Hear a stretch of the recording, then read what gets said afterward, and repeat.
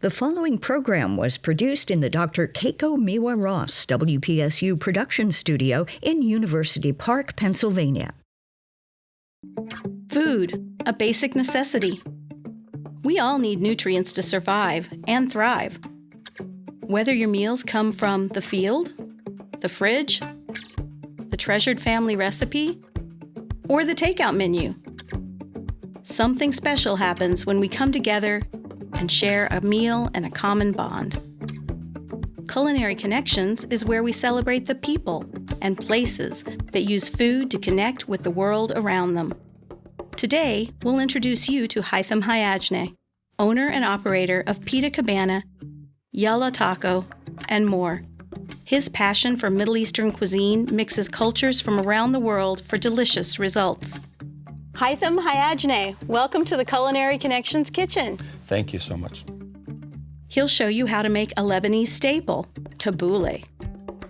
I'm Tamra Fatemi-Badi, and welcome to Culinary Connections. Support for Culinary Connections is provided in part by Bobby Rahal Honda of State College, Tom and Sarah Songer of the Toron Group in State College, a proud supporter of programming on WPSU. More information at torongroup.com. And by viewers like you. Thank you. My name is Haitham Hayajne. I'm a father. I'm a food entrepreneur. I'm originally from Jordan.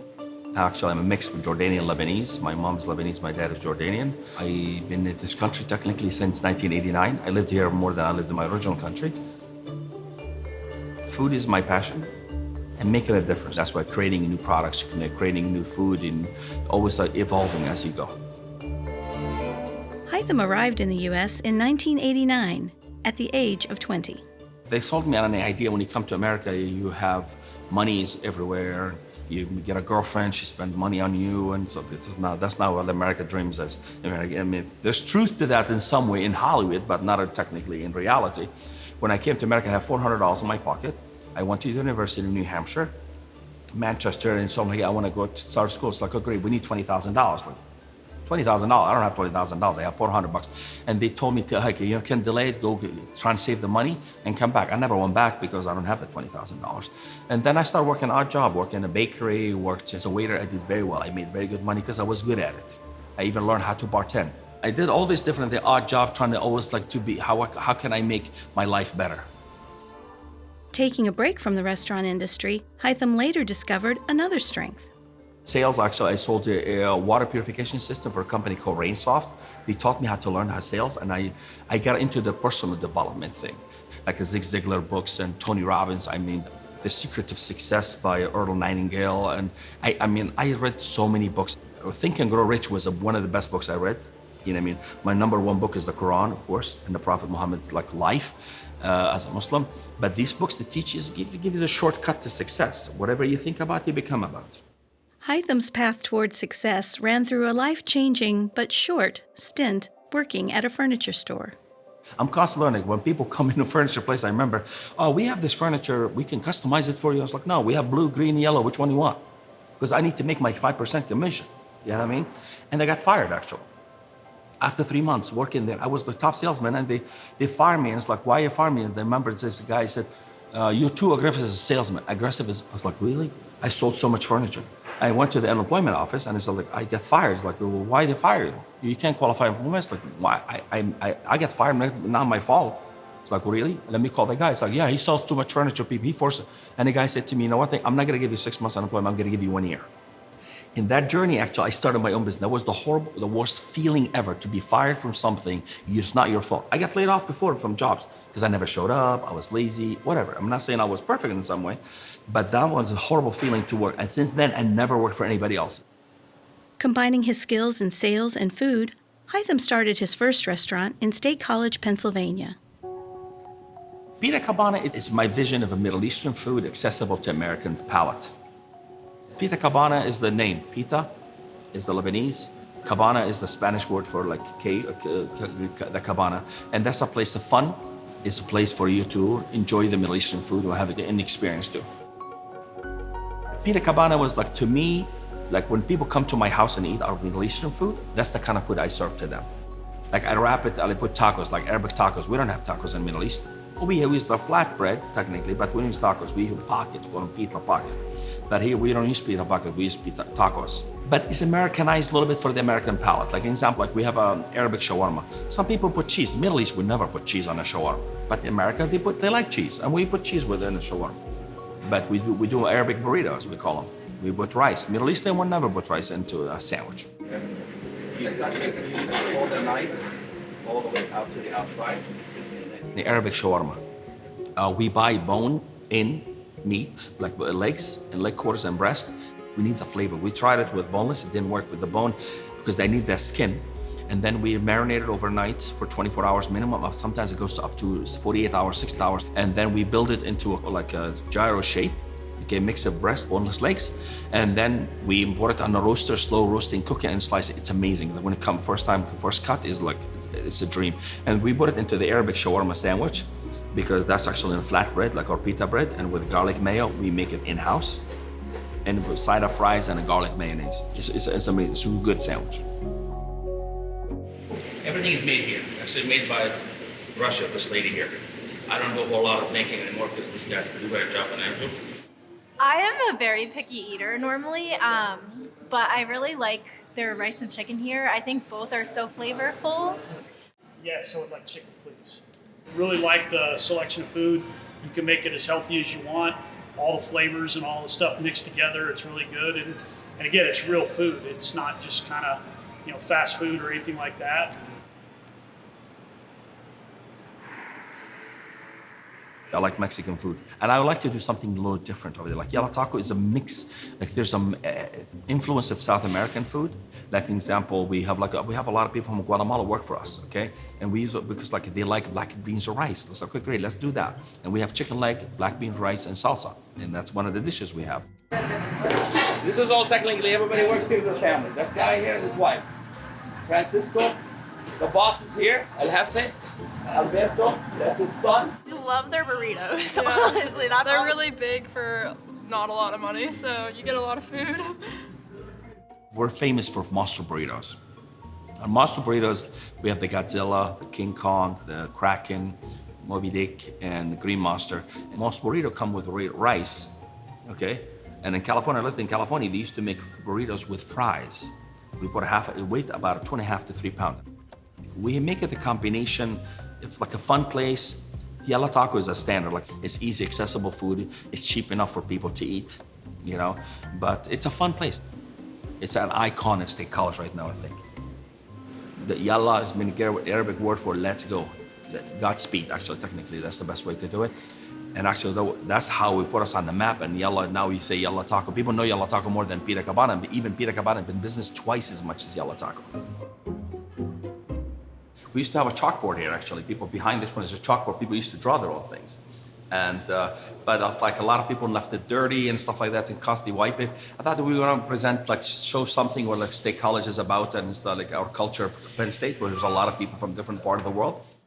This is a 10-piece, 20-foot piece, which represent the world because it has technically most of every culture from actually all the mountain of Japan, all the way to the Eiffel Tower in Egypt and Big Ben and Cyrus the Great and pasta, food. There's food presentation and culture presentation in the whole thing in here. Even India, there's Indian over there. And I think this represents what State College is about, with university culture. And you bring us all together, and Pita Cabana is the place where you want to be to feel the world. Even our food doesn't represent the whole world, but we have part of the presentation in here.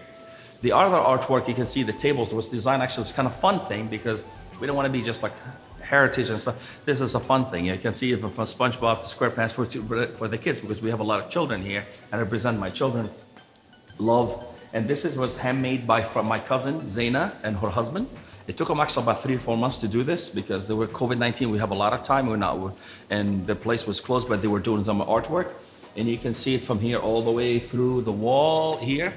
And a presentation like from the wall from the dwarfs of the Sufism and over the Mexican. And you can see it from Fayrouz, actually one of our famous singer in Lebanon. It's a fun place. That's what it's called. They present the best food in State College and a fun place for people to be in. Hytham has 2 constants in each of his restaurant ventures: The first is family. Family is that's the most important thing. Like, you know, I mean, if you take care of your family, family will take care of itself. You know what I mean? We are here, five brothers here, and my mother, she's here. Like some of them work, like they're family, but some of them don't work for me because they choose, like they need to make money. Restaurant business is very tight budget. You have to control it. Like some of them work for delivery. Like, for example, my brother, you saw videotaping him for doing a shawarma thing. He doesn't work for us. He helped his wife do this. Okay, but he does delivery because his delivery, he can make twice as much as working for me. And it's fine. I mean, there's opportunities. It's a business, you know. Business is business, and family is family. The second constant in Hytham's life is his faith. Faith is the foundation of everything. Islam is not a religion. It's the way of life. The way we talk, the way we treat our children. Okay, we don't get it right all the time, for sure. But we always strive to be better. God loves the sinners who come back to him because that reminds existence of God to us. Today, actually, it's going to be, we're doing, so because of the month of Ramadan, our fifth day today, fasting, we're sponsoring a day. Like everybody in our community sponsors a day. And we're cooking actually for a couple of our friends, and we're going to be about 6 or 7 days we're cooking. And today we're cooking, as we're going to be showing you probably when you come to the mosque with us today. We're doing like rice, chicken, salads, and soups. But something like for the community, to give back to the community. Always double check things. I know my guy Alberto is the king of this. Oh, that looks beautiful. Alberto! Good job, man. I don't have to worry about it, but I know it's for show. It's beautiful. Thank you. You know, there's a lot of reward from giving back to the community. That's when in our faith, like the more you give, the more. And fasting is the one thing. Like every day you learn. Like everything you do is there's a deed for it.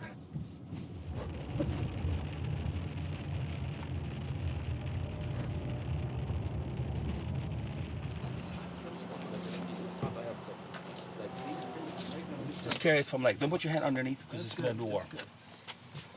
This is actually our prayer, prayer area. And then we usually in the summertime, when it used to be really summer, because every year it comes 10 days earlier. Last year was 10 days ahead. Now it's going to be coming to the cold. I remember a long time ago when I was in Christmas time, it was Eid, was Christmas the same day. That was kind of funny. But now what we do is we eat here. It's a community effort. Everybody helps. You spread the plastic thing on the floor. We sit down, we eat on the floor. You share, the food with together here. حي على الصلاة فإنما عليك البلاغ الله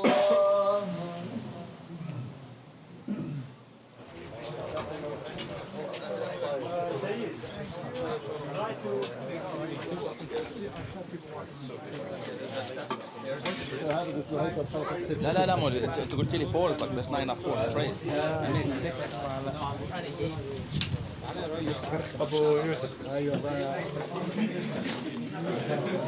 Well, thank you again for giving us the opportunity to show us our family, to share our community with us. And actually ran out of salad, but it's really good. The food is, we have actually our numbers almost doubled today. But I think everybody knows Peter Caban is cooking. That's a good thing. It's an endorsement for our company. And it's a blessing to have you guys in our family here and to enjoy our food and to enjoy our community. And thank you again for coming. مع السلامة. السلام عليكم. والله معكم. Hytham Hayajne, welcome to the Culinary Connections kitchen. Thank you so much. So tell me a little bit about what makes Middle Eastern food so special. Middle Eastern food, because the environment we're living in there, we rely a lot on fresh food. That's technically almost 80% of our food is fresh. We make it on a daily basis. Today, we're going to be making a dish like the tabbouleh today. But mostly it's homemade cooking. We do a lot of fresh fruit and vegetables. Okay, meat is not only protein is not a very, how do I want to say the word, high in percentage compared to our diet we have in America. When I came here, it was kind of a fun. It's you eat the whole steak by yourself. But yeah, it's more a fresh products, a fresh book, what it's available in season. So I also think that, what I remember from you is that family is really, really important to you. Did your family or your parents have a lot of influence over the food you make now? It's funny, when I was at home, when I grew up home, I never really cooked anything. But when I came to America, I have the places where I can work. I worked in a Middle Eastern bakery called Pita Land in Pittsburgh, and then I got incorporated into working in a restaurant. And I love the idea because like we always were a foodie in our family. I'm the oldest of 12, and my mom have to cook a lot of different foods. But right now, developing the food. My family definitely, when we started the business, me and my two brothers, Musa and Marwan, and my mom we worked technically 11, 12 hours a day to help us to start the business together. Yeah, my family was, my whole foundation, exactly right now, my family helped me in everything I do. As I mentioned, we have 8 brothers and 3 sisters, 4 of them here right now. So I know you have something new in the works. Tell me about your newest endeavor. We're developing, me and my wife, Iman, we develop a new product called Jars by Luca. It's a gourmet jars in a container. I'm really excited about this concept. What's your favorite dish to make? My favorite dish to make, I love salad is my favorite thing because I feel like when you eat salad, you're fresh. Like you feel like it's like your whole life because it's a life food. Yeah. And tabbouleh is one of my favorite dishes. I'll eat it any day, every day. And that one and soup. That's one of my always. But favorite dish is salad is a tabbouleh. All right, let's see how we make this. Well, tabbouleh actually is very simple products. Fresh Italian parsley, not the crinkle stuff, because the crinkle stuff, if you cannot find the Italian parsley, crinkle stuff will do. But the Italian parsley was better because it's sweeter and doesn't have the bitterness to it. Tomatoes, bulgur wheat. The bulgur wheat, a lot of people know, it's a new thing actually. 25 years ago, I have to explain to people what it is, but now you see it in a main street grocery store. Extra virgin olive oil and lemon. The first thing what we do is when we make the tabbouleh is the best thing to do is this to start. Yeah, I'll go over this. We take extra virgin olive oil, we put it in here. And then we take some lemon. A long time ago, I used to, how do I want to say the word cheat? Just do it with your hand, but now it's better to go like this and then. So we're rehydrating the bulgur with Yeah, exactly, because the bulgur wheat is technically, it's a crack wheat, very close to the crack wheat, but this is a whole wheat one, okay? Technically, you can take this one and just like let the stuff go through. How long does it take for this to kind of soak in? It's about like 10 to 15 minutes. Okay. Yeah, some people used to do it like you can do it with water. But I found out the water is not. It doesn't do it purpose. It puffs it up too much. But the lemon juice and the acid, it gives you a little flavor because everything you eat with the Italian parsley, you will notice it in there. The first thing, then usually when I do is I cut this, okay, and I take that. The first one because sometimes it's dry at the end. I just take it and put it inside here, okay, and then make sure you don't cut your fingers. Okay, make sure your hands wash. We wash our hands here. You get it. And you hear that. You don't want to go to the knife like some people crush it. You can go like rock the knife.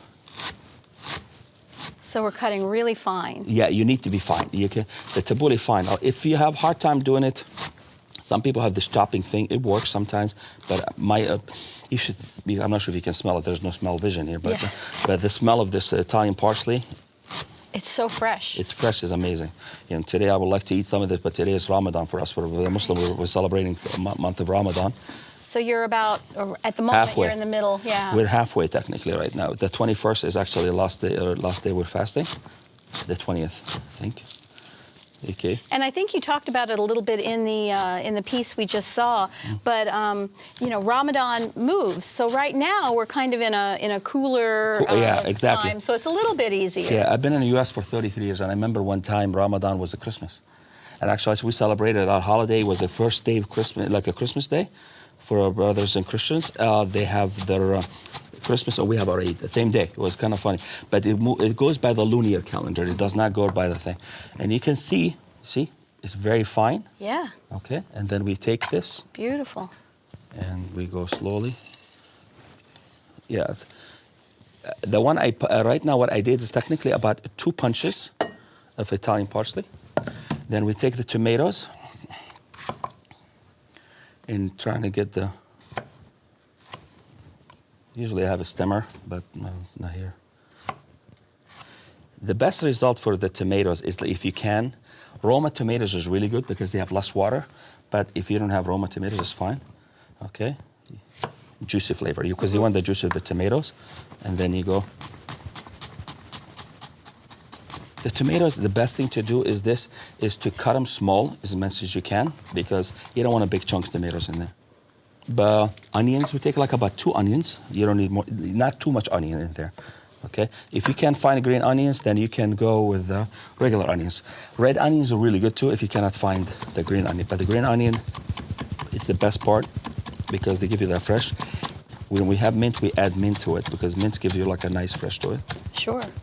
So you're using the entire onion, the white and the green. Yeah, exactly. Okay, and then some people put cucumbers in. Okay. In our restaurant, we do because people like the crunch, and we use you can use the English cucumbers or you can use the pickle. I find out with the pickled cucumber, they're softer, and they're really nice because they don't have a lot of seeds. See, look at this one. Yeah. They're seedless. We buy a lot of the cucumbers because we use it in all our dishes technically, like a salad. We go through a lot of salad, tabbouleh, and a rice bowl, and all these different sandwiches. Like a falafel sandwich, cucumber in it is excellent.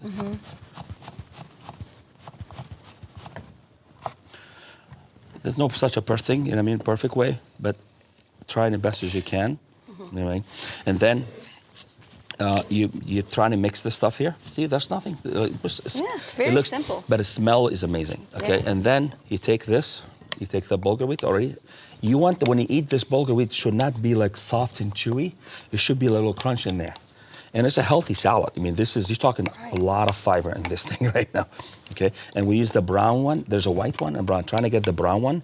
The brown one is way better because you have a lot of, what do you call it, like all the fibers that are there. They're not taken out of there. And here, after we're doing this, you still need more about another lemon. Yeah, the lemon, the citrus, all of that just brings out the flavors of everything in the salad. Yep, exactly. And that's okay? And one thing we would do at the end, we salt and pepper at the end because you don't want to add it right away because you want to see the flavor. Okay. Another 2 ounces. You cannot go wrong with olive oil. You can put as much as you want. We're fanatic about olive oil. Like we have a dish of hummus here. In our house, that's not olive oil. Yeah. There's more olive oil in the top than we have actually what I call hummus in there. Okay? Oh, now, it's beautiful. We are going to, I'm going to borrow this. Okay, we can add salt and pepper. A little bit of salt, about half a teaspoon of salt to bring in a little bit of pepper. My grandmother used to do like white pepper.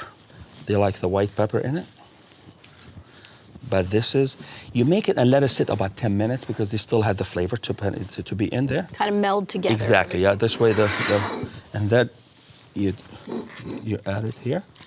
We use lettuce. You notice, like we use romaine lettuce, and people use it to eat. Like remember, I told you don't need a spoon to eat this. You don't need a spoon. You can use the lettuce as your spoon. Okay. So you're making little tabbouleh boats with the romaine. Yep, exactly. And sorry, here we gotta put this in here, and then my favorite thing, like you take these guys here. This is the heart of the lettuce. Yeah. And then you can go in here and dig into it. And here we are. It's beautiful. Thank you so much. So typically when you serve the tabbouleh, you would serve it with some hummus, some pita. Yeah, some hummus. Like we have something called a maza platter, like hummus, tabbouleh, and grape leaves, or falafel. Somewhere with the option, people are like falafel, something warm. And because the hummus, like you take the pita bread, you put this in there, and you eat it, or with a boat with the hummus. It actually goes very well with hummus because it's like you need the softness. But that's we serve it that way, or you can eat it by itself with a spoon. Wow, Haitham, that was just amazing. Thank you so much. Thank you so much for cooking with us. Haitham is well known for his innovative food and ideas, but have you ever heard of a ghost kitchen? Ghost kitchen or virtual restaurant, I started this actually 5-6 years ago before the term because I heard it, somebody said, my whole idea was like when I open, because I'm planning to open more restaurant, is to have a commissary area. Okay? And a commissary, if I want to open 5 restaurants, I do commissary. This way I minimize labor and I can have a smaller place. I want to open it, smash falafel. I want to open yalla hot chicken. Let me test it first. I don't want to go open a restaurant. Maybe it doesn't work. I tested it online. Guess what? Sales is good. Then I bring it to a restaurant where I can make it. The pandemic ushered in a boom of delivery and pickup app usage in the food industry. An order on your phone could be from 12 different menus, all coming from the same restaurant kitchen. Like example, we have the Underground Burger. We have almost like 12 restaurants. We have yalla hot chicken, fire belly wings. We do a lot of chicken wings, pretty fries. I mean, there's some names I don't even know the names anymore. Okay, and a lot of people order because they're only online. Like example, the Ghost Kitchen, we're working with Mr. Beast Burger.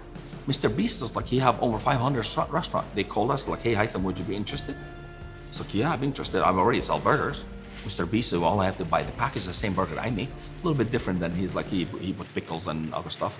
Okay, and we did very well. We're doing actually very well, Mr. Beast, because he does the advertising for us. And that exposes our underground burger. Actually, since our business, we went virtual, our business doubled. Why? Because a lot of people, they come like, oh, I know underground burger. Why I want to order Mr. Beast? I can order underground burger. Right now, we're working on an idea to have a ghost kitchen contain 10 kitchens. I was going to Orlando. We're looking at ghost kitchen. I'm going to meet with them next week. Is they give you a location, a kitchen that's only for delivery and pickup. Everything's changing. If you're not changing with time and reading, that's why my UFC is like, why are you constantly reading? It's like, I need to know, because if I don't know, somebody else is going to beat me to it. From his beginnings in Jordan and Lebanon, Haitham's journey through food, faith, and family has made a tasty impression as he serves the community with open hands.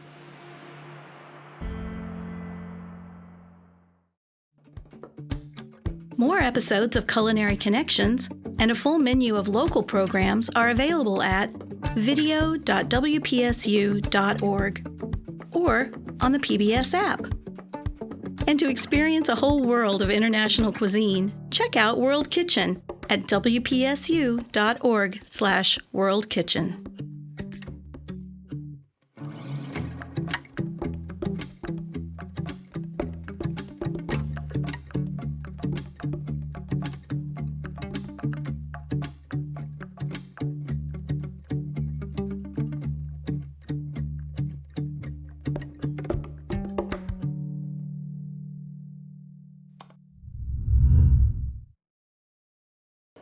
On the next Culinary Connections, visit a place that's more than meets the eye. Hi, welcome to Good Day Cafe. What can I get for you? Good Day Cafe is so many things beyond just that name. Thank you. It would just be another tea. Yeah, right. Here's your latte. Coffee with a Cause on Culinary Connections.